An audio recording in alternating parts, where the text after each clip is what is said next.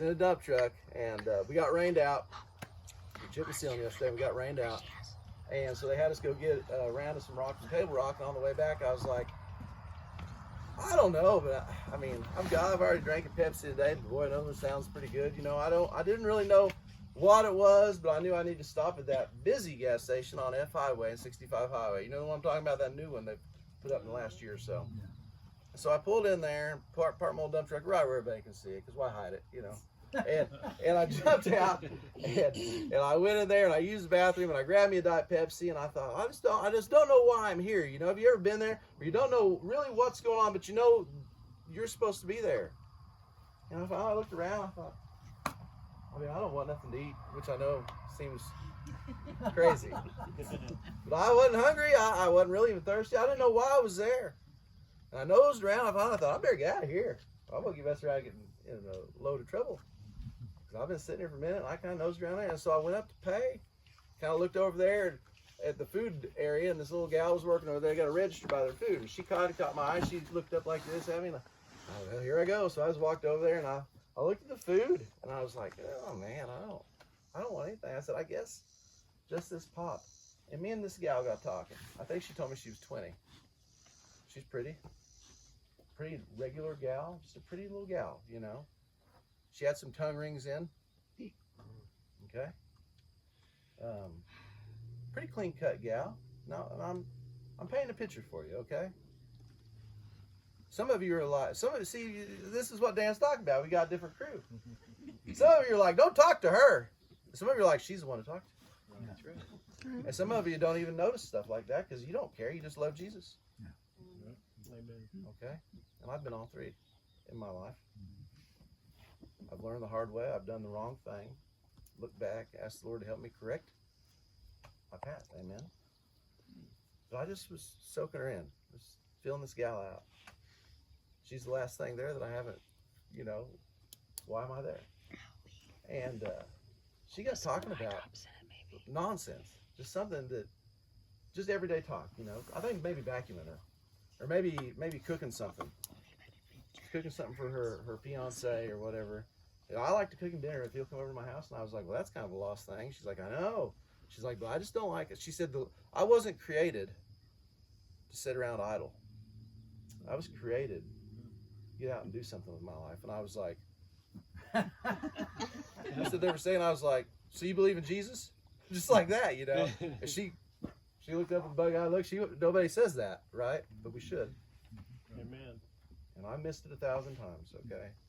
This one time I got it right. And I was like, so you believe in Jesus? She's like, well, yeah.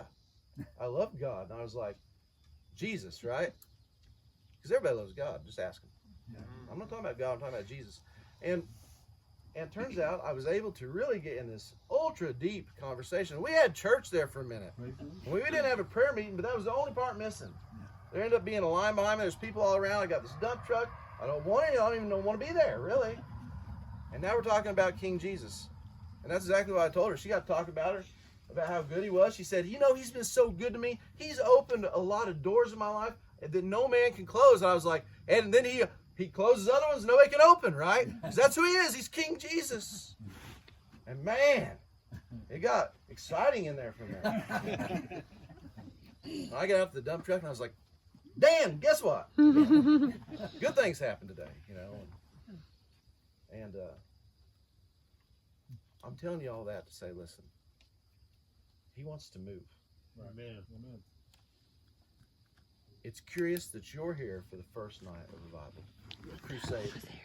I put revival/crusade. Why? You need revived. I need revived. Okay. And then people out there need to be crusaded. All right? When's the last time you went crusading? And I'm not talking about schemes and plans and all the nonsense. I'm not talking about making it a point to hit, you know, what's that? Ruby Street.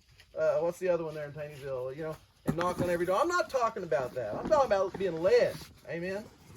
Has the Lord led you to somebody lately? Has he given you somewhere to go? Carrie, has he led you lately? Would you just testify about it, please? I'm sorry. I'm not, actually. Go ahead. That's really good.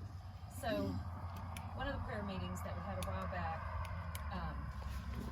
we had a couple people that we were praying for. And one of them specifically that I had asked for, one that my sister had asked for. So I'm driving through Bradleyville today, and I'm not down there very often. And there was the girl on the side of the road that my sister had asked prayer for.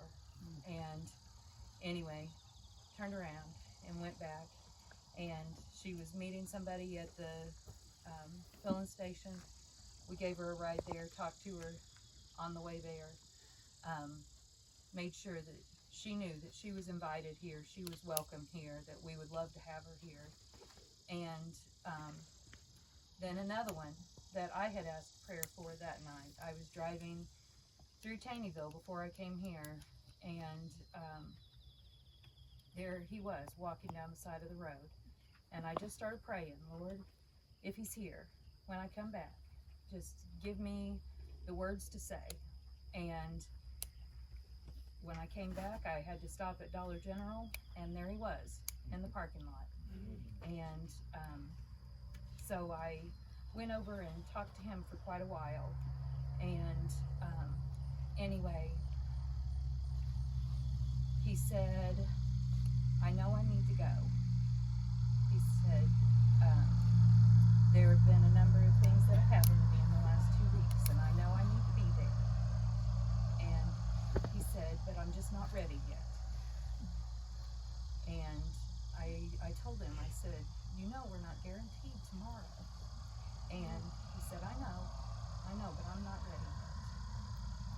And I said, I'm gonna go in here, and when I come back out, I said, I'm just gonna step around the corner. And I said, I want you to be thinking while I'm in there, and listening. And you can either wave me off, or you can get in the car and go with me. And when I stepped around the corner, he stood there for a minute, and then he lifted up his hand.